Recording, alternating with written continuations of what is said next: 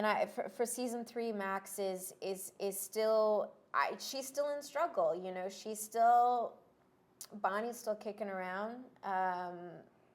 There are going to be big changes that are happening in her life, and it's a time for her to make big choices in terms of, do I want to continue this alliance that I have with these two people, with Rackham and with Anne? I mean, I don't think Rackham is really any concern to her at all, but Bonnie is. Or do I want to go live my life without pirates being involved in it, you know? And is it even possible to live a life with Anne around, knowing that she's a pirate, if we have potentially, you know, the English coming to the island? What will happen? Yeah, you know, Vane has kind of always had this weakness we've seen in the show for Elena, and that has put him with, you know, at odds with his men, has put him at odds with some of the things he believes.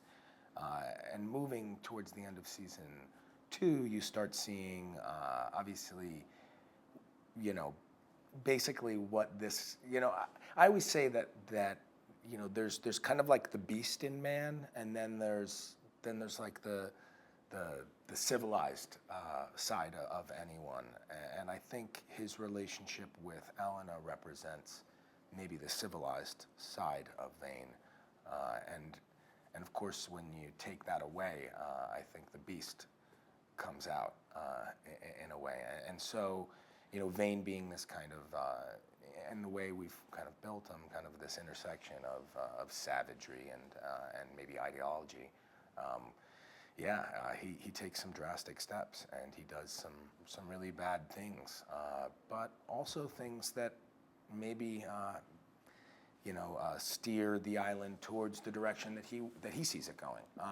So yeah, I mean, Vane is very much, you know, Elena is very much a part of who he is, and continues to be, even in separation, and when they're together, she's a big part of him, and in separation, she is as well, because I think it's easy to forget that Vane doesn't have parents, you know, that he knows, and so when you look at his relationship with Elena, you have to see that that's probably one of the only, you know, real meaningful relationships he's ever had with a woman.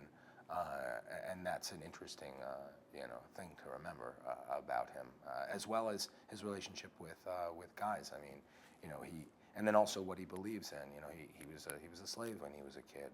You know, he didn't have freedom. He was branded and kept in chains. So, you know, he's kind of, you know, I guess. I don't know what I'm saying, but I guess he's a bit wild, and I guess Elena represents the civility